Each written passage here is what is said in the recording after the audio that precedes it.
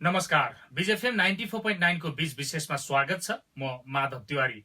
हामी हरेक दिन जस्तै आज पनि एकजना नयाँ अतिथिका साथमा उपस्थित भइसकेका छौं। आज हामी पर्यटनको विषयमा कुरा गर्दैछौं। पछिल्लो पटक पर्यटन प्रवर्धनलाई खेलकुदसँग पनि जोडेर प्रवर्धनका कार्यक्रमहरू भइराखेका छन् र 2072 साल वैशाखको भूकम्पपछि रसुवाको लाङटाङ क्षेत्रमा जुन खालको विपदको अवस्था आइपार्यो र लाङटाङको जुन खालको गलत म्यासेज गयो भूकम्पले क्षति पुर्याएपछि त्यो म्यासेजलाई सकारात्मक रूपमा ग्रहण गराउनका लागि र लाङटाङ पुरानै अवस्थामा फर्किसक्यो भन्नका लागि खेलकुदका माध्यमबाट पर्यटन क्षेत्रको एउटा अगुवा संस्था टानले यसपटक पनि पर्यटन प्रवर्धन गर्ने उद्देश्यले अन्तर्राष्ट्रिय लाङटाङ म्याराथन जुन तेस्रो हो यो आयोजना गर्दैछ जेठ 5 गते र आज हामी यस प्रतियोगिताको संयोजक टानकी सदस्य पनि रितु ग्यामदाङ तामाङसँग कुराकानी गर्दैछौँ।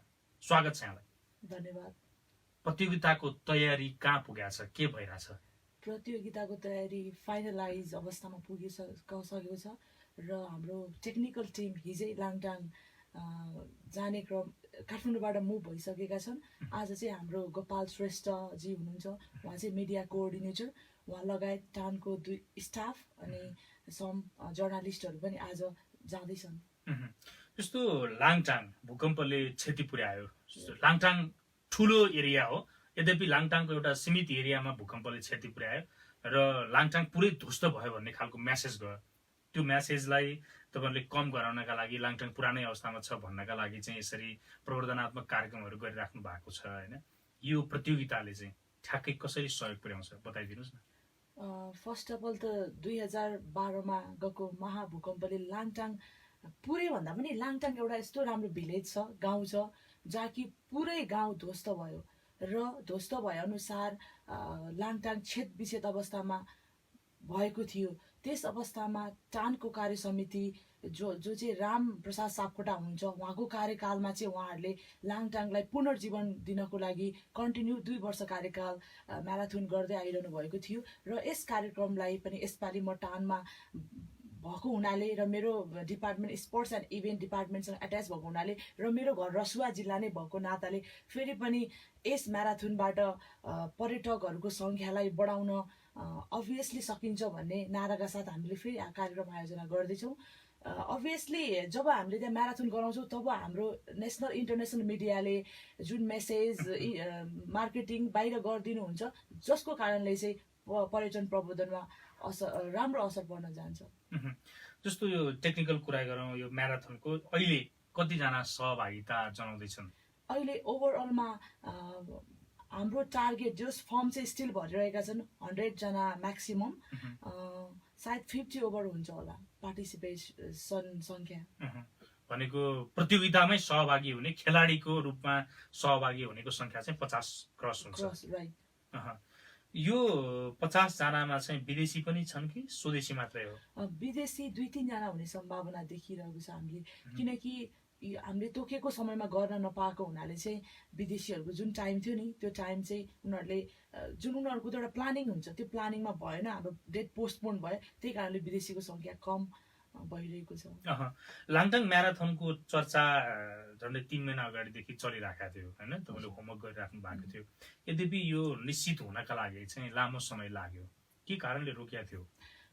एउटा त चान भनेको एउटा यस्तो संस्था जहाँ कि मोर देन 1700 कम्पनी आबद्ध भएको छ।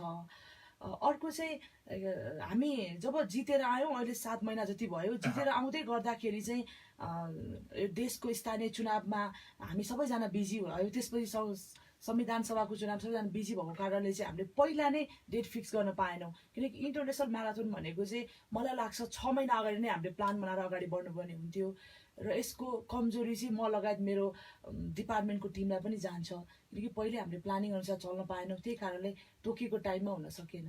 र अर्को कारण चाहिँ हाम्रो प्राविधिक कारण पनि छ। जस्तो इन्टरनेसनल गेम भनेर तपाईहरुले भनिराख्नु भएको छ, इन्टरनेसनल म्याराथन भनेर, यसलाई साँच्चीकै इन्टरनेसनल बनाउनका लागि चाहिँ तपाईहरुको प्रयत्न के हो बताइदिनुस् न। अब यसपालि तपाईहरुले सँगै पत्रकार लानुहुन्छ, उनीहरुले समाचार लेख्दै अन्तर्राष्ट्रियकरण हुन्छ मात्रै त पक्कै होइन, किनकि तपाईँहरूले अन्तर्राष्ट्रिय म्याराथन भनेर नै जसरी आयोजना गर्दै हुनुहुन्छ यसलाई अन्तर्राष्ट्रियकरण गर्न यसलाई अन्तर्राष्ट्रिय रूपमा म्यासेज दिनका लागि चाहिँ तपाईँहरूले के प्लानिङ गर्नुभएको छ? सो अब यसपालि चाहिँ जसो जसो हुन्छ अब कमिङ म्याराथनमा चाहिँ हामीले के गरेका छौँ भने म्याराथन हुनुभन्दा 6 महिना अगाडि नै प्लानिङ बनाउने र त्यो सेड्युल फिक्स गरेपछि प्रत्येक ट्रेकिङ एजेन्सीहरू जहाँ चाहिँ 1700वटा कम्पनी छ नेपालमा लिगली रूपमा ती कम्पनीहरूको चाहिँ वेबसाइटमा लाङटाङ इन्टरनेसनल म्याराथन भनेर एउटा पेज लगइन गर्ने र जुन कारणले चाहिँ उहाँहरूले आफैले सेल गर्न सक्नुहुन्छ आफ्नो क्लाइन्टहरूलाई। त्यसो गर्दा चाहिँ विदेशीहरूले चाहिँ अझै इन्ट्रेस्ट देखाउँछन् किनकि उनीहरूको त सर्टेन टाइम हुन्छ नेपाल भिजिट गर्ने। हामीले त्यही भएर चाहिँ यस्तो प्याकेज चाहिँ प्रत्येक कम्पनी एजेन्सीको स्पोर्ट्समा डिपार्टमेन्टमा उनीहरूलाई राख्न आग्रह गर्ने। र अर्को कुरा चाहिँ मिडिया, अभियसली हामीलाई मिडिया चाहिन्छ र मिडिया मार्फत चाहिँ प्रचार प्रसार गरेको खण्डमा चाहिँ अझै बढी मार्केटिङ हुन्छ जस्तो लाग्छ मलाई। जस्तो लाङटाङ म्याराथन अहिले जुन यो 2018 होइन तपाईँहरूले गर्दै हुनुहुन्छ तेस्रो अन्तर्राष्ट्रिय लाङटाङ म्याराथन, यसमा सहभागीहरूलाई कुनै पुरस्कारको पनि व्यवस्था गर्नु भएको छ? अफकोर्स। कसरी पुरस्कृत गर्दै हुनुहुन्छ? सुरुमा चाहिँ यस्तो छ, उनीहरूको 2वटा विधा हुँदो रहेछ, male and female. First second third गर्दाखेरि चाहिँ 6 जना टोटल्ली। फर्स्ट हुनेलाई 1,05,000 मेल फिमेल दुवैलाई। दोस्रो हुनेलाई 55,000 र अरू बढी, र तेस्रो हुनेलाई 30,000 अर समथिङ नगद पनि दिँदै हुनुहुन्छ? हुन्छ। यो चाहिँ के सहभागीबाट उठाएको शुल्कबाटै व्यवस्थापन गर्दै हुनुहुन्छ कि अन्य कुनै स्रोतबाट जुटाइरहनु भएको छ? हामीले अरू हामीलाई सहयोग खर्च त तपाईँहरूको व्यापक हुन्छ त्यहाँ? अफकोर्स हामीमा चाहिँ यस्तो छ, हाम्रो यो कार्यक्रमलाई सहयोग गर्ने सहयोगी हातहरू हुन्छ जस्तो नेपाल टुरिज्म बोर्ड, उहाँ चाहिँ हाम्रो मेन सहयोगी हुनुहुन्छ। अर्को चाहिँ हाम्रो रसुवा जिल्लामा भएको विभिन्न किसिमको हाइड्रो पावर जुन चाहिँ स्थानीयको लागि बनेको छ, उहाँहरूले पनि हामीलाई सपोर्ट गर्नुभएको छ। र हाम्रो वरिष्ठ उपाध्यक्ष हुनुहुन्छ खुमबहादुर सुवेदी, उहाँले हामीलाई 200 प्याक्सको टी सर्ट स्पोन्सर गर्नुभएको छ। त्यसै गरी विभिन्न किसिमको ट्रेकिङ कम्पनीहरू उहाँहरूले चाहिँ ब्यानर सपोर्ट गर्नुभएको छ। यसै गरी रसुवा नुवाकोट पर्यटन समाज जुन संस्था छ, त्यो संस्थाको म एउटा सदस्यको नाताले भन्दैछु कि उहाँहरूले हामीलाई यति सहयोग गर्नुभएको छ, त्यो सहयोगको हामीले कुनै एक्सप्लेन गर्न सक्दैनौँ। त्यसको श्रेय चाहिँ हाम्रो बलराम नेउपाने जो उहाँ अध्यक्ष हुनुहुन्छ भने शिव लामिसाने हुनुहुन्छ, उहाँ चाहिँ उपाध्यक्ष हुनुहुन्छ। र रसुवा नुवाकोट पर्यटन समाजको होल टिमले एकदमै सहयोग गर्नुभएको छ। यस्तो टोटलमा तपाईँको खर्च कति जति एलोकेट गर्नु भएको छ? अराउन्ड 17 लाख। 70 लाख रुपियाँ सबै यसै 17 लाख रुपियाँ यसै गरी जुटाएर प्रतियोगिता सम्पन्न गर्दै हुनुहुन्छ। यस। प्रतियोगिता पछि समापन वा स्टार्टिङमा होइन कि हामीले केही कार्यक्रम गर्ने भनेपछि प्रमुख अतिथि बोलाएर उद्घाटन गर्ने, के गर्ने, भाषणबाजी गर्ने होइन, त्यो दुनियाँ दिमाना हुन्छ। तपाईँहरूको यसको प्रतियोगितामा पनि केही त्यस्तो खालको छ कार्यक्रम? अफकोर्स, किनकि एउटा टान भन्ने संस्थाले 3rd लाङटाङ इन्टरनेसनल म्याराथन गर्दैछ। यसको स्टार्टिङ पोइन्ट चाहिँ क्यान्जिङ गुम्बा, जुन चाहिँ हाइएस्ट पोइन्ट जो हिमालयन एरियाकै भ्यालीमा चाहिँ पर्छ, त्यो माथि पिक पनि छ। सो त्यहाँ चाहिँ हाम्रो पर्यटन मन्त्री प्रमुख अतिथिको रूपमा जाने फिक्स्ड भइसकेको छ। यदि मौसमले साथ दिएको खण्डमा उहाँ हेलिकप्टरमा जानुहुन्छ। र इन्डिङ समापन प्लेस चाहिँ स्याप्रुबेसी, जहाँ चाहिँ रनरहरूको फाइनल डेस्टिनेसन, त्यहाँको प्रमुख अतिथि चाहिँ हाम्रो रसुवाको नवनिर्वाचित माननीय सभा सदस्य मोहन दाई, उहाँ चाहिँ गएर प्रमुख अतिथि को रूपमा गएर समापन कार्यक्रम जारी भएको छ। र त्यो बिचमा 2-3वटा वक्ताले बोल्नुहुन्छ, हाम्रो टानको अध्यक्षज्यू, संयोजक म आफै र 2-4 जना नेताहरूले, किनकि भाषण पनि चाहिन्छ कार्यक्रमको साथसाथै, मलाई त्यस्तो लाग्छ। यस्तो टानले अन्य गतिविधिहरू पनि गर्छ होइन, यसबाट तपाईँहरूले चाहिँ एउटा गन्तव्यको लागि, खासमा चाहिँ लाङटाङ भन्ने गन्तव्यका लागि चाहिँ प्रचार गर्न, त्यहाँको प्रवर्धन गर्नका लागि यो खेलसँग जोड्नु भएको छ तपाईँहरूले होइन। यस्ता खालको साहसिक खेललाई चाहिँ ल्याएर चाहिँ यहाँ जोड्नु भएको छ होइन पर्यटन प्रवर्धनका लागि। यसपछि लाङटाङ के पाउँछ? तपाईँहरूले 17 लाख रुपियाँ खर्च गरेर लाङटाङ म्याराथन गरिसकेपछि लाङटाङले के पाउँछ? सुरुमा चाहिँ यो लाङटाङ म्याराथन गर्नुको उद्देश्य चाहिँ मलाई लाग्छ जुन लाङटाङ ध्वस्त भएको न्युज 2012मा थियो, त्यसलाई चाहिँ लाङटाङ अझै स्टिल रिभाइभिङ भन्नाले लाङटाङले नयाँ रूप पाइसक्यो भन्नाले लाङटाङ चाहिँ पहिलेकै स्थितिमा सेफ छ भन्ने मेसेज जाँदै गर्छ। अर्को चाहिँ हाम्रो बाह्य तथा आन्तरिक टुरिज्मको प्रमोटको लागि चाहिँ पहिलाभन्दा फेरि पनि पर्यटकको सङ्ख्या बढ्छ भन्ने कुरामा चाहिँ हामी विश्वस्त छौँ। खेलाडीहरू के प्रोफेसनल हुनुहुन्छ कि के छ? खेलाडीहरू प्रोफेसनल हुनुहुन्छ, आर्मी पुलिस पनि हुनुहुन्छ र यहाँको विभिन्न किसिमको लाइक खेलकुद सँगसँग आबद्ध भएको प्रोफेसनल खेलाडीहरू हुनुहुन्छ र कुनै खेलाडी चाहिँ लोकल पनि हुनुहुन्छ। उहाँहरूलाई चाहिँ प्रवेश शुल्क कति लिएर चाहिँ कसरी इन्ट्री गराउनु भएको छ, कसरी व्यवस्थापन गर्नु भएको छ? इच्छुक सबैजनाले सहभागिता जनाउनु पाएका छन् कि के गर्नु भएको छ? यस्तो बााउन्ड्री के तोक्नु भएको छ? बााउन्ड्री रसुवाको स्थानीय हकमा चाहिँ हामीले रसुवाको स्थानीय भएको हुनाले उहाँहरूलाई फ्रीमा रजिस्ट्रेसन दिएका छौँ किनकि उनीहरू लोकल। अर्को कुरा गर्नुपर्दा अरू नेपाल अधिराज्य रसुवा बाहेक अरू क्षेत्र जिल्लाबाट आउनेहरूलाई चाहिँ 2500 रुपियाँ इन्ट्री फी रजिस्ट्रेसन फी। त्यसमा चाहिँ उनीहरू क्याङसम्म पुग्ने सबै अकोमोडेसन खानाहरू उहाँहरू आफूले पे गर्नुहुन्छ र विदेशीको हकमा चाहिँ हामीले $75 राखेका छौँ। जस्तो खेलकुद भइसकेपछि त्यहाँ कुनै पनि समस्या हुन सक्छ, त्यसका लागि पूर्व तयारी के छ तपाईँहरूको? हाम्रो जस्तो खेलाडीहरू बिरामी पर्न सक्छन् किनभने तपाईँ त माथि कुदाउँदै हुनुहुन्छ। राइट त्यसको लागि चाहिँ हामीले प्रत्येक खेलाडीको बिमा गरेका छौँ। बिमा गरेपछि उनीहरू सुरक्षित हुन्छ। र अर्को कुरा चाहिँ ठाउँ ठाउँमा हाम्रो फर्स्ट एड किट लगायतका र नर्सहरूको व्यवस्था पनि जुन खेलाडीहरू दौडिँदै आउँदाखेरि बिचमा जुन पोइन्ट हुन्छ नर्सको व्यवस्था गरेका छौँ र वाटर स्पोर्ट्स वाटर जुस पनि व्यवस्था गरेका छौँ र हामीसँग हेलिकप्टर पनि स्ट्यान्ड बाई हुन्छ इफ इन केस भयो भने हामी रेस्क्युका लागि पनि रेडी गरिरहेका छौँ। जस्तो यति गर्दै जाँदाखेरि तपाईँहरूले होइन टोटल कति किलोमिटरको बाटोमा कुदाउँदै हुनुहुन्छ तपाईँहरूले? हामीले 42.5 किलोमिटर एक दिनमा बिहान सुरु भएर बेलुका? त्यस्तो बेलुका त नलाग्न सक्छ। स्टार्टिङ चाहिँ 8 बजीतिर गर्छौँ हामीले। त्यहाँ अब मौसम के हुन्छ गर्दाखेरि फर्स्ट सेकेन्ड हुने खेलाडीहरू चाहिँ त्यो 3 घन्टा करिबमा आइपुग्नुहुन्छ। कोही मिडिएटरहरू चाहिँ त्यो 1-2 बज्न सक्छ। भनेको तपाईँको जेठ 5मै कार्यक्रम समापन हुन्छ? हो, त्यही दिन स्टार्ट सुरु हुन्छ र इन्डियन पनि त्यही दिन जेठ 5 गते नै हुन्छ। जसरी टाङले पर्यटन प्रवर्धनका कार्यक्रमहरू गरिराखेका छ र रसुवाको तपाईँ आफै भएको हो र रसुवाको पनि लाङटाङको मात्रै हामी कुरा गरिराखेका छौँ। लाङटाङमा यासा लगायतका अरू धेरै पर्यटकीय क्षेत्रहरू छन् होइन, जसको पर्याप्त प्रचार प्रसार हुन सकेका छैन। न व्यवसायीले मार्केटिङ गरेका छन्, न त्यहाँको चाहिँ स्थानीय रूपमा जुन खालको समाचारहरू बाहिर आउनुपर्ने थियो त्यहाँको चाहिँ सम्भावनालाई उजागर गर्ने गरी त्यस्तो पनि आउन सकेका छैन। तपाईँ रसुवाकै हुनुहुन्छ, पर्यटन क्षेत्रमा लाग्नु भएको छ होइन, युवा अनुहार हुनुहुन्छ, सफल व्यक्तित्व हुनुहुन्छ। रसुवाको पर्यटन विकासका निम्ति अब के गर्नु पर्ला? सुरुमा त म एउटा रसुवाको चेली भएको नाताले र म पर्यटन व्यवसायमा पनि आबद्ध छु र यसका साथै म विभिन्न किसिमको सङ्घ संस्थाहरूमा पनि आबद्ध छु। त्यो कारणले म एउटा पर्यटन व्यवसायीको हैसियत भन्दा नि रसुवा नागरिकको हैसियत भन्दाखेरि सुरुमा जुन रसुवावासीहरू आफै भित्रैबाट इन्ट्रेस्टेड भएर म रसुवाको लागि हाम्रो पर्यटनको लागि के गर्नुपर्छ भन्ने कुरा चाहिँ उहाँहरू आफैले लिन जरुरी छ। म लगायत पर्यटन व्यवसायमा इन्भल्भ भएका इभन होटल ओनरहरू लगायत गाइडहरू लगायत र विभिन्न रसुवासँग इन्भल्भ भएका सङ्घ संस्थाहरू सबैजनाहरू चाहिँ आफ्नो तरिकाले अगाडि नबढेसम्म रसुवाको प्रबन्धन हुन सक्छ जस्तो मलाई लाग्दैन। किनकि नेपाल टुरिज्म बोर्डले आफूले गर्ने कुरा गरिरहेछ। टान भन्ने संस्था आफैमा स्ट्रङ, उहाँहरूले डेस्टिनेसन प्रमोसनको लागि गरिरहेका छन्। त्यो भन्दा पनि लोकल स्थानीयहरू पर्यटन क्षेत्रमा जो आबद्ध भएका छन् उनीहरू आफैले चाहिँ रसुवा क्षेत्रको लागि चाहिँ के गर्नुपर्छ भन्ने अठोटका साथ एकता भएर अगाडि नबढेसम्म रसुवा जिल्लाको विकास हुन्छ जस्तो मलाई लाग्दैन पर्यटनमा। श्रोता, यतिखेर हामी ऋतु ग्यामदाङ तामाङसँग कुराकानी गरिरहेका छौँ।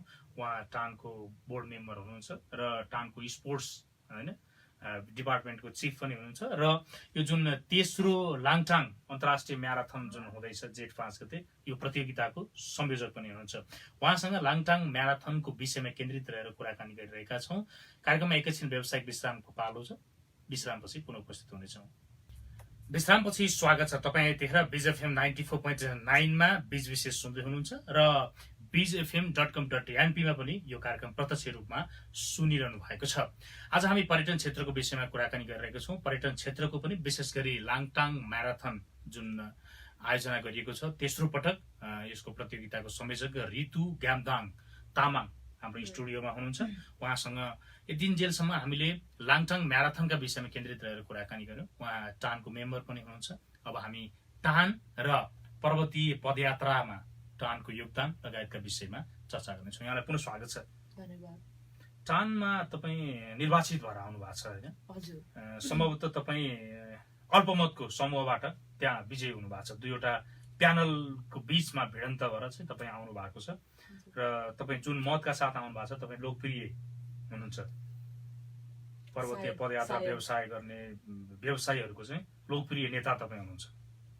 हुन सक्छ। टान विगतमा जसरी अल्झियो विवादमा, हजुर। यसपटक त्यसरी अल्झिने अवस्था छ कि छैन? म त त्यस्तो अल्झिने अवस्था देख्दिनँ, किनकि मैले टानमा 6 महिना 7 महिना भयो कन्टिन्यू मेरो चाहिँ स्पोर्ट्स एन्ड इभेन्ट डिपार्टमेन्ट भएको हुनाले यो यस्तो रहेछ कि डिपार्टमेन्ट त्यहाँ जुन कार्यक्रमहरू अघिल्लो कार्य समितिले गर्दै आएको छ त्यो कार्यक्रमलाई चाहिँ हामीले निरन्तरता दिनै पर्ने रहेछ, जसले चाहिँ पर्वतीय पर्यटनमा चाहिँ डाइरेक्ट रूपमा पोजिटिभ असर पार्दो रहेछ। जस्तो कि लोसार कार्यक्रम हामीले मनायौँ, त्यो पनि मेरै विभाग अन्तर्गत रहेर एकदम ग्रान्ड इभेन्ट भयो जस्तो लाग्छ मलाई। र यो पनि Langtang marathon international 3rd marathon हुँदैछ र दुईटा कार्यक्रमहरू सजिलैसँग सम्पन्न भएको अवस्थामा चाहिँ मलाई टानमा त्यस्तो विवाद हुन्छ जस्तो फिल कहिले पनि भएन। मेरो 7 महिना कार्यकालको एक्सपिरियन्सले त्यस्तो देखाउँछ। किनकि अहिलेको विगतमा चाहिँ म एमाले हुँ, म काङ्ग्रेस हुँ, म माओवादी हुँ, फलानालाई देखाइदिन्छु भन्ने खालको जुन प्रवृत्ति देखिएको थियो र काममा पनि त्यसको रिफ्लेक्ट भएको थियो, यसपटक त्यो हुँदैन। मलाई लाग्छ हुँदैन, किनकि हाम्रो अहिले यस्तो टिम छ कि जुन चुनावमा हामी आफ्नो तरिकाले दुईटा प्यानल बनाएर आएका थियौँ। चुनाव बिर्सिनु हो, अहिले हामी टोटली बिर्सेर टान भनेको चाहिँ हाम्रो पर्यटकीय प्रवर्धनको प्रमोसन गर्ने एउटा संस्था हो, ताकि त्यहाँ एउटा कुनै पोलिटिक्स हुँदैन भन्ने हामी सबै 25 जना कार्य समितिमा हाम्रो मन मस्तिष्कमा चाहिँ टान भनेको विशुद्ध संस्था हो जहाँ कि पर्यटन सम्बन्धी काम गर्न सक्छौँ, ताकि त्यहाँ पोलिटिक्स गर्न हामी आएका होइन। आई मिन लाइक पोलिटिक्स गर्दै टानमा जाने तर टानभित्र बसेपछि चाहिँ पोलिटिक्स नगर्ने। कसरी पोलिटिक्समा चाहिँ टानमा आउँछ त? आउँदैन नि, किनकि म त एउटा टुरिज्म नेपाली काङ्ग्रेस निकट व्यवसायीहरूको आशीर्वादले त्यहाँ पुग्नु भयो नि। होइन, चुनाव लड्दै गर्दाखेरि एउटा न एउटा टिमलाई समात्नै पर्छ। त्यही कुरालाई फेरि किन स्वीकार्न गाह्रो छ? अफकोर्स हो, म एउटा नेपाली नागरिक हुँ, सबैको आफ्नो विचार हुन्छ र सबैले आफ्नो एउटा विचार अवलम्बन गर्ने अधिकार पनि पाउँदछ। र अहिले राइट नाउ चाहिँ टान एउटा विशुद्ध पोलिटिकल संस्था देख्छु मेरो आँखाले चाहिँ। टान चाहिँ पोलिटिकल संस्था? नो, पोलिटिकल विहीन होइन। राइट। जस्तो तपाईँले आफैले चाहिँ लोसार होइन, टान लोसार तपाईँको संयोजकत्वमा चाहिँ सम्पन्न गर्नु। टान लोसार तपाईँहरू लोसार प्रवर्धन गर्ने भन्नुहुन्छ अनि तपाईँहरू 5 तारे होटेलमा लिएर गएर ब्रान्डेड रक्सी खुवाएर बस्नुहुन्छ, लोसारको प्रवर्धन भयो? होइन, त्यस्तो ब्रान्डेड रक्सी त म देख्दिनँ, किनकि कार्यक्रम गर्दै जाँदाखेरि जस्तो गोर्खा ब्युरेरी उहाँले हेल्प गर्न चाहनुहुन्छ त्यो अफकोर्स हामीले स्वीकार्नै पर्यो। र यसपालि त्यस्तो थिएन। रक्सी पनि एउटा हामीले टिकट सेल गरेका थियौँ, त्यसमा चाहिँ just one cup of wine or whisky थियो, तर त्यस्तो त देख्दिनँ मैले। र लोसार गर्नुको अर्थ चाहिँ नेपाल बहुजातीय बहुभाषीय देश हो र धेरै पर्यटन व्यवसायीहरू बुद्धिस्ट धर्मबाट पनि आएका छौँ र उहाँको इभन म पनि तामाङको छोरी, हामीले पनि लोसार मनाउँछौँ र त्यो संस्कृतिलाई चाहिँ जगेर्ना गर्नुपर्छ भन्ने नाराका साथ हामीले मनाइरहेका हौँ। यहाँले भन्नुभएको जस्तो संस्कृतिको जगेर्ना गर्न त्यो गर्नलाई 5 तारे होटलमै जानुपर्छ? पहिल्यैदेखि सुधार्नु पर्दैन तपाईँहरूले? हो, पहिलादेखिको ट्रेन्ड चाहिँ पहिलाको फरक हो कि अब ऋतुले त सुधार्नु पर्यो नि? र यस्तो रहेछ टानमा, टान एउटा यस्तो संस्था हो कि म त एउटा सदस्य हो, देखाउनै पर्ने होइन। हाम्रो कार्य समितिको सल्लाह अनुसार नै यसपालि बाहिर गर्ने पनि प्लानिङमा थियौँ, देखाउनलाई होइन। हामीले एउटा लोसार भनेको गेट टुगेदर पनि हो नि त। त्यो दिन विभिन्न धेरै किसिमको व्यवसायहरू बिजी भइरहन्छ, त्यो अवसरमा त हामीले एकअर्कालाई अझै के भइरहेछ कस्तो इन्टरेक्सन गेट टुगेदर भएको हुनाले 5 स्टारमा गर्दा अझै बेटर हुन्छ कि भन्ने तरिका हो। र हामीले 5 स्टारमा गरेर ओभर खर्च पनि गरेका छैनौँ नि त। जुन कार्यक्रम गर्दैछौँ हामीलाई स्पोन्सर गर्ने विभिन्न किसिमको सहयोगी हातहरू पनि छ र हामीले लाइक आवश्यकताभन्दा बढी खर्च गरेर गरे पनि छैन। तपाईँले हेर्न सक्नुहुन्छ। ऋतु ग्यामदाङज्यू, जस्तो मैले भन्न खोजेको के हो भन्दा तपाईँहरू जुन पर्यटन प्रवर्धनका लागि काम गर्नुहुन्छ, स्थानीय पर्यटनको पनि प्रवर्धन गर्नुपर्छ भन्नुहुन्छ र लोसार विशेष गरी अझ बढी हिमाली क्षेत्रमा त्यसको महत्त्व हुन्छ। तपाईहरू पर्वतीय पदयात्राको व्यवसाय गरिराख्नु भएको छ। तपाईहरूले यो टानको लोसार कार्यक्रम बरु 3-4 वटा डिफ्रेन्ट ठाउँहरूमा जस्तो रसुवामा यहाँबाट व्यवसाय लिएर गएर त्यही रहर गर्ने व्यवसायहरूलाई त्यही पैसामा तपाईँले त्यहाँ लगेर पनि मनाउन सक्नुहुन्छ भनेको यसरी चाहिँ किन सोचिँदैन? सोचे होइन हजुरले कि त्यहाँ कमाइको कुरा हुन्छ? हजुरले जे सोच्नु भएको थियो हामीले त्यही सोचेका थियौँ, तर पनि हामीसँग एकदम छोटो समय थियो। किनकि यो इभेन्ट्स भन्ने बित्तिकै 3-4 महिना अगाडि नै प्रिपेयर भएन भने गाह्रो हुँदो रहेछ। हामीसँग एकदम समय कम भएको हुनाले चाहिँ गर्नै पर्ने स्थिति भएको हुनाले हामीले 5 तारे होटलमा गरेका हौँ। र हाम्रो आगामी सोच चाहिँ हजुरले भन्नुभएको चाहिँ रसुवाको लाङटाङ, काभ्रेको तेमाल अनि हाम्रो एभरेस्टको नाम्चे हामीले सोचिरहेका छौँ। त्यसरी नै अगाडि बढ्न सक्यो भने चाहिँ अझै कम खर्च र अझै हिमाली क्षेत्रको बढी प्रमोट हुन्छ भन्ने उद्देश्यका साथ हामीले नेक्स्ट इयर चाहिँ त्यसरी सोचिरहेका छौँ। जस्तो विगतमा राजनीतिक अस्थिरताले गर्दाखेरि पर्यटन पनि पछाडि पर्यो भनिने थियो होइन, र खासमा पर्यटन आजका दिनसम्म जसरी अगाडि बढ्दै आएको छ यसलाई भगवान भरोसाले अगाडि बढाएको छ भन्ने हिसाबमा पनि छन् होइन। भनेको यसको कुनै योजनाबद्ध रूपमा त्यसरी विकास गर्नका लागि एउटा गुरु योजना बनाएर संस्थागत रूपमा त्यसरी विकास भएको छैन भन्ने पनि छन्। तपाईँलाई के लाग्छ? हो त्यस्तै अब भगवान भरोसाले यहाँसम्म आयो भन्नाले हजुरले लाइक पर्सनल बिजनेस जसरी आएको छ पर्यटनको विकास भनेको ऋतु ग्यामदाङ जसरी आफै आउनुभयो त्यसै गरी आइराखेको छ। यसलाई चाहिँ साँच्चीकैसँग प्रवर्धन गर्नुपर्छ भनेर यसलाई चाहिँ सिलसिलेवार तरिकाले यसरी जानुपर्छ, यहाँ यसरी गर्नुपर्छ भनेर जसरी संस्थागत रूपमा सोचिनु पर्थ्यो, जसरी गुरु योजना बनाएर काम गर्नु पर्थ्यो त्यो हुन सकेको छैन। सायद हुन सक्छ, किनकि विभिन्न किसिमको अब यस्तो पर्यटन प्रमोसन गर्छु भन्दैमा हुँदैन नि त, आर्थिक सोर्स पनि चाहिन्छ। जस्तो टानको कुरा गर्दाखेरि टान भनेको एउटा पर्यटकीय प्रवर्धन प्रमोसनको एउटा माध्यम पनि हो होइन। अब विभिन्न किसिमको सरकारी निकायहरू लगायत विभिन्न किसिमको समस्या हुनसक्छ र भगवान भरोसा भन्दाखेरि चाहिँ सो मेरो एउटा कम्पनी भयो, म कसरी अगाडि बढ्नुपर्छ, मेरो कम्पनीको स्ट्राटेजी आफ्नो ठाउँमा हुन्छ। संस्थागतमा चाहिँ विभिन्न किसिमको सरकारी नीति विभिन्न नियमहरू संलग्न भएको हुँदो रहेछ होइन। अब भने जस्तो विकास चाहिँ मलाई नि भएको जस्तो लाग्दैन। जुन नेपाल भनेको एउटा माउन्टेनरिङ एडभेन्चरमा चाहिँ नेपाल सायद राम्रै डेस्टिनेसनको रूपमा आउँछ होइन। आउने धेरै पर्यटक मध्ये सबभन्दा बढी यतै छन् त्यस्तो छैन, किनकि हामीले एक्सपेक्ट गरे जस्तो पर्यटन नेपालमा आएको जस्तो लाग्दैन मलाई, बिकज अफ कम्पिटिसन। अब जस्तो तपाईँले एक्सपेक्ट के गर्नुभयो, के कारणले आएनन् पर्यटक बताइदिनु न। पहिला त अब नेपाल आफैमा अलिकति नेपाल आउने मेरो पर्सनल टुरिस्टले के भन्छ भने नेपाल ब्युटिफुल कन्ट्री, तर नेपालमा जुन किसिमको सफा सुग्घर हुन्थ्यो, जस्तो काठमाडौँ त एकदम पोल्युटेड एरियामा गन्छ काठमाडौँ, जस नेपालमा चाहिँ अब हजुरले भनेको उनीहरू पहिला काठमाडौँ आउनुभन्दा अगाडि काठमाडौँ पोल्युटेड छैन भन्ने बुझ्छ, तर यहाँ आएपछि देख्छ। तर कतिपय टुरिस्ट चाहिँ अलरेडी प्रिपेयर हुन्छ नेपाल आउनुभन्दा अगाडि। मैले बुकहरू गुगलबाट हेरिसकेको हुन्छ होइन। अब विभिन्न किसिम कारणले गर्दा नेपाल आउन चाहँदैन।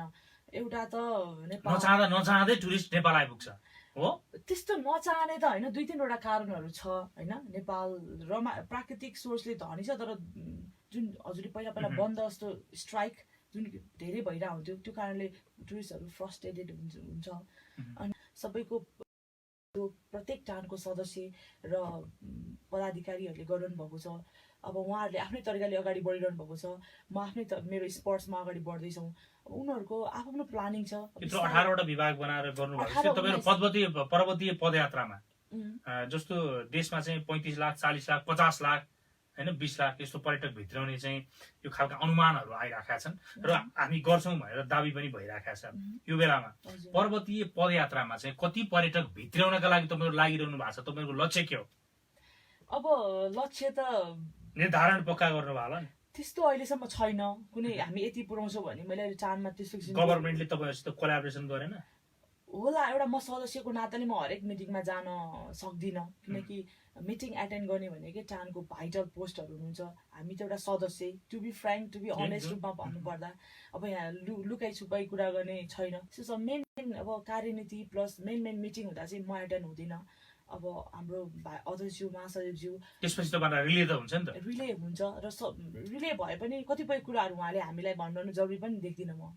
सबै सानसानो कुराहरू मिटिङमा बोलाएर टानको एउटा मेम्बर तपाईँ, अफकोर्स टानले पर्वतीय पदयात्रामा यो वर्ष यति पर्यटक ल्याउनका लागि पहल कदमी गर्नेछ भन्ने खालको एउटा अनुमान त हुन सक्छ। यस्तो भइरहेछ अहिले अब पर्यटन मन्त्रालयको बजेटको कुरा गर्दा टानलाई एउटा प्रस्ताव आइरहेछ।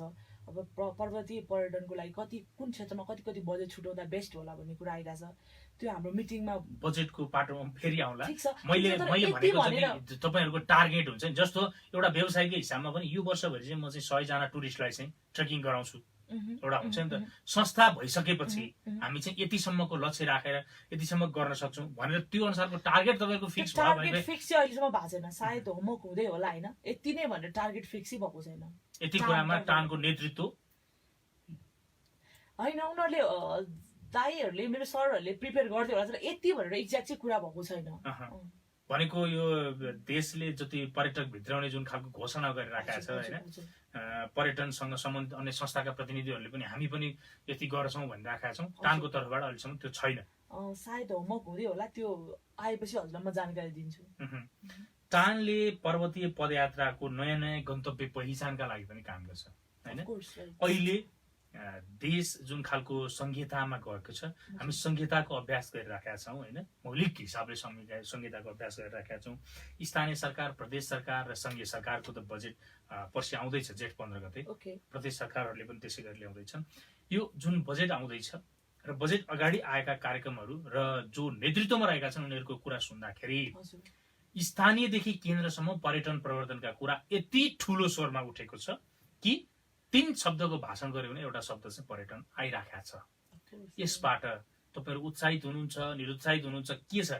कुरा मात्रै आइराखेको छ कि काम गर्ने हिसाबमा आइराखेको छ कि के हो? तपाईँहरूले पनि रचनात्मक रूपमा सुझाव दिने ठाउँहरू होला, वा सरकारले यति धेरै पर्यटन प्रवर्धनका कुराहरू गरिराख्दाखेरि पर्यटनबाटै देशमा आर्थिक समृद्धि हासिल गर्छु भनिराख्दाखेरि लगानीका क्षेत्रहरू पहिचान गरेर थप लगानी गर्नका लागि तपाईँहरू पनि उत्साहित बन्नुपर्ने होला। खास कुरा बताइदिनुहोस् न। खासमा त्यही त मैले अघि नै हजुरलाई भने, हजुरले क्वेसन सोध्नु भन्दा नि अगाडि जस्तो पर्यटन मन्त्रालयले चाहिँ बजेटको लागि चानलाई एउटा प्रस्ताव राख्नु भएको रहेछ। कुन क्षेत्रमा अब न्यू डेस्टिनेसन प्रमोसन प्लस भइरहेको रुटलाई अझै मेन्टेनेन्सको लागि चाहिँ कति बजेट टानबाट सिफारिस एउटा हुन्छ नि एउटा आँकडा, त्यो कुरो चाहिँ टानमा अस्ति उठेको थियो। र आफ्नो क्षेत्र जस्तो लाङटाङको केसमा अब जस्तो मलाई थाहा हुन्छ नि त अरूलाई भन्दा जस्तो तामाङ हेरिटेज ट्रेल अलरेडी भइसक्यो, तर त्यहाँ विभिन्न किसिमको कमजोरीहरूले गर्दा टुरिस्ट जान सकेको छैन। त्यसलाई मेन्टेनेन्सको लागि कस्ट कति हो? जस्तो अब मेरो एकजना साथी हुनुहुन्छ, उहाँले वातावरण हेर्दै हुनुहुन्छ, पिके शेर्पाजी, उहाँलाई हजुरले चिन्नुहुन्छ। उहाँले चाहिँ धौलागिरी क्लिनिङ क्याम्पेनको लागि भनेर उहाँले आफ्नै तरिकाले हालिरहनु भएको छ। त्यो आफ्नो ठाउँमा छ बजेटेडको हिसाबले। तर यो पर्यटन भने सुन्छु म पनि, म एउटा व्यवसायीको हिसाबले र टानको अहिले सदस्यको नाताले जुन हजुरले भन्नुभयो संहिताको कुरा गर्दैछौँ, सबैजना एकदम चनाखो भइरहनु भएको छ यो बजेट कुरा। तर सायद मलाई के लाग्छ भने यो बोलेर मात्र होइन, कार्यान्वयन हुन पर्यो सम्बन्धित ठाउँमा, र सरकारले पनि जस्तो चाहिने ठाउँमा प्रमोसनलाई पैसा राखिदिनु पर्यो कि जस्ट देखाउने मात्र होइन, त्यो पैसा चाहिँ त्यहीँ जाओस् जस्तो लाग्छ मलाई। त्यही त, सरकारले चाहिने ठाउँमा पैसा खर्च गर्नका लागि जस्तो लामो समयदेखि तपाईँहरू त पर्यटन क्षेत्रमै हुनुहुन्छ, पर्वतीय पदयात्राका जति कुरा तपाईँहरूलाई थाहा छन् सरकारलाई त्यति कुरा थाहा छैन। किनकि लिखित रूपमा तपाईँहरूले पनि राम्रोसँग दिनु भएको छैन, किनकि तपाईँहरूको संस्थाभित्रै राम्रोसँग त्यो कुराको बहस छलफल नै भएको छैन होइन। जसरी तपाईँहरूले आफ्नो क्षेत्रको पहिचान गरेर यहाँ यति लगानी गरिदियो, यहाँ यस्तो गरिदियो भनेर भन्नुपर्ने हो, त्यही कुरा हुन सकेको छैन भनेदेखि अनि सरकारले कसरी चाहिँ एलोकेट गर्न सक्छ त? सायद त्यही लाग्छ मलाई। त्यही भएर अस्ति नै मेरो टानको हिसाबमा बोल्दाखेरि चाहिँ एउटा मिटिङमा अब आफ्नो क्षेत्रमा आफू अलिकति बढी जानकारी भएको हुनाले चाहिँ मलाई चाहिँ अब लाङटाङ र तामाङ हेरिटेज ट्रेलमा चाहिँ कहाँ के लगानी गर्दाखेरि अझै अब गन्जला पास एउटा राम्रो पास हो, त्यहाँ चाहिँ हामीले एक्सपेक्ट गरे जस्तो टुरिस्ट जान सकेको छैन बिकज अफ टी हाउजेस र बाटोको कारणले। त्यहाँ हामीले मेरो तर्फबाट चाहिँ मैले अलिकति बढी पैसा अलिकति राख्न पाए हुन्थ्यो कि भनेर प्रस्ताव मेरो कार्यसमितिमा राखेका छौँ। त्यही हुनाले चाहिँ मलाई चाहिँ के लाग्छ भने प्रत्येक क्षेत्रमा आबद्ध हुन्छ, प्रत्येक गाउँबाट जन्मेर आएको हुन्छ जहाँ कि पर्यटन अलरेडी गइसक्यो, त्यो ठाउँमा चाहिँ प्रत्येक सदस्यले इभन प्रत्येक पर्यटन व्यवसायीहरू पनि त हुन्छ नि त हिमाली क्षेत्रमा गर्नु, उहाँहरूले चाहिँ आफ्नो तर्फबाट यति बजेट यहाँ हाल्नु हुँदा अझै बेटर हुन्छ कि भन्ने सुझाव चाहिँ टानलाई आउँदा चाहिँ जुन टानले एउटा समीक्षा गरेर अझै बेटर होला जस्तो लाग्छ मलाई बजेटको लागि चाहिँ मेरो सुझाव। जस्तो यो फरक बाटोमा एउटा जान चाहे म, जस्तो पर्यटन व्यवसायमा राम्रा कुराका बावजुद होइन केही हजुर। नकारात्मक कुराहरू पनि छन् होइन, तपाईँलाई पनि त्यस्तो केही महसुस हुन्छ? नराम्रो भन्नाले कस्तो हो? अब यहाँ विकृतिहरू छन्, भन्नाले कस्तो विकृति? जस्तो तपाईँहरू हिमाल लैराख्नु भएको हुन्छ होइन, हजुर, ट्रेकिङमा लैराखेका हुनुहुन्छ र त्यस्ता बिरामीहरूलाई होइन, हजुर, पर्यटकहरूलाई चाहिँ बिरामी नहुँदाखेरि पनि बिरामी बनाएर चाहिँ रेस्क्यु गराएर हजुर, हजुर। होइन कमिसन खाने काममा व्यवसायहरू नै संलग्न छन् भन्ने कुराहरू सुनिन्छ, त्यस्तो लाग्छ? मलाई चाहिँ त्यस्तो लाग्दैन, किनकि तपाईँले गर्नु भएको छैन? छैन। बडो कुरा चाहिँ अतिथि देव भव, राइट? उनीहरू हाम्रो ठाउँमा आउँछ एउटा घुम्नलाई। अनि अतिथि हामी- देवो भव त्यो कमिसनले गर्दाखेरि पर्यटकहरू पनि कन्भिन्स हुन्छन् रे, त्यो जुन खालको खै- बिमाको क्लेम गर्नका लागि त्यो क्लेम गरेर चाहिँ अलिक धेरै पैसा कमाएपछि चाहिँ अनि पर्यटनका नाममा फेरि राजनीति गर्न सजिलो हुन्छ भनेर त्यसपछि बाँकी काम पर्यटनमा केही नगर्ने। मलाई त त्यस्तो लाग्दैन, किनकि म आफैमा पोजिटिभ एउटा नारी हुँ, त्यही भएर मैले अहिलेसम्म रेस्क्यु केस अहिलेसम्म मलाई थाहा पनि छैन, मेरो क्लाइन्टलाई थाहा पनि छैन। सकेसम्म उनीहरू बिरामी भएको खण्डमा चाहिँ मेरो केसमा चाहिँ अब जस्तो हाई अल्टिट्युड सिकनेस भयो भने सकेसम्म तल लाने, मिनिमाइज गराउने। किन उनीहरूलाई एउटा त्यत्रो प्लानिङ गरेर नेपाल आएको हुन्छ, उनीहरूलाई किन लाइक फ्रस्ट्रेसन गराएर बित्थामा यो हेलिकप्टर चार्टर गरेर किन काठमाडौँ फर्काउने त? त्यो हुँदै गर्दाखेरि नराम्रो मेसेज जान्छ, उनीहरूले ठाउँ पनि हेर्न पाउँदैन। त्यही भएर मैले सकेसम्म चाहिँ अभोइड मिनिमाइज गर्नलाई तल लिएर आउँछु र त्यही अनुसार प्राथमिक उपचार गरेर मैले माथि लाने कोसिस गरिरहेको छौँ। यो मलाई चाहिँ थाहा छैन यो विकृतिको कुरा। ऋतु ज्ञानदाङज्यू, जस्तो हामी कार्यक्रम करिब अन्त्यमा आइपुग्नु लाग्यो, ओके, पर्यटनको साँच्चीकै विकासका लागि राज्यले के गर्नुपर्छ, हामी जस्ता नागरिकले के गर्नुपर्छ, तपाईँ जस्ता व्यवसायीले के गर्नुपर्छ? सो मैले अघि नै भने जस्तो प्रत्येक व्यक्तिले चाहिँ जो पर्यटनमा आबद्ध हुनुहुन्छ आफ्नो क्षेत्रबाट आफूले के गर्न सकिन्छ। इभन गाइडहरूको पनि आफ्नै रेस्पोन्सिबल हुन्छ। जब उनीहरू टुरिज्म ट्रेक जान्छ, उनीहरूले देखेको समस्याहरू चाहिँ भन्नु पर्यो, सम्बन्धित जस्तो चाललाई भन्नु पर्यो। किनकि प्रत्येक ओनर त होला 2-4 वर्ष गाइड गर्छ, कम्पनी खोल्छ, त्यो पिरियडमा त ओनरहरू पुगिरह हुन्न। त्यो समस्या चाहिँ आफ्नो कम्पनीको मालिकलाई भन्नु पर्यो र त्यही कम्पनीको मालिकले फेरि गएर बेला बेलामा एक्सप्लोर गर्नु पर्यो। त्यो टानलाई भनेर हुन्छ अथवा आफ्नो कम्पनी गएर हुन्छ, त्यो त्यहाँ किसिमको समस्या छ कि छैन त्यो लिएर आउनु पर्यो। र राज्यले चाहिँ पर्यटन भनेको सायद मलाई लाग्छ दोस्रो या तेस्रो आर्थिक स्रोतको रूपमा ओभरअल नेपालको नेपालको आम्दानीको स्रोतमा पर्यटन पनि पर्छ। र अहिलेको स्थितिमा पर्यटन शब्दमा मात्र सीमित छ। यो शब्दको लागि धेरै बजेट हाल्नुभन्दा नि कार्यान्वयन गरेर जस्तो नयाँ प्रमोसन हुने ठाउँमा लगानी गर्ने र भइरहेको ठाउँमा चाहिँ मेन्टेनेन्स गरेर र सबैलाई समेटेर राज्यले लगेको खण्डमा चाहिँ नेपालको पर्यटन प्रवर्धन अझै आगामी दिनमा राम्रोसँग हुनेछ भन्ने मलाई विश्वास छ। त्यस्तै हो, प्रत्येक व्यक्ति राज्य र संस्थाहरूले आफ्नो तर्फबाट इनिसिएसन लिएर अगाडि बढ्नु पर्यो। श्रोता, आज हामी जोसँग कुराकानी गरिरहेका छौँ ऋतु ज्ञानदाङ तामाङ र संयोगले आज उहाँका लागि एकदम महत्त्वपूर्ण दिन, उहाँको जन्मदिन पनि रहेछ। हामी सबैको तर्फबाट यहाँलाई धेरै धेरै शुभकामना पनि छ र जुन खालको समय उपलब्ध गराइदिनु भयो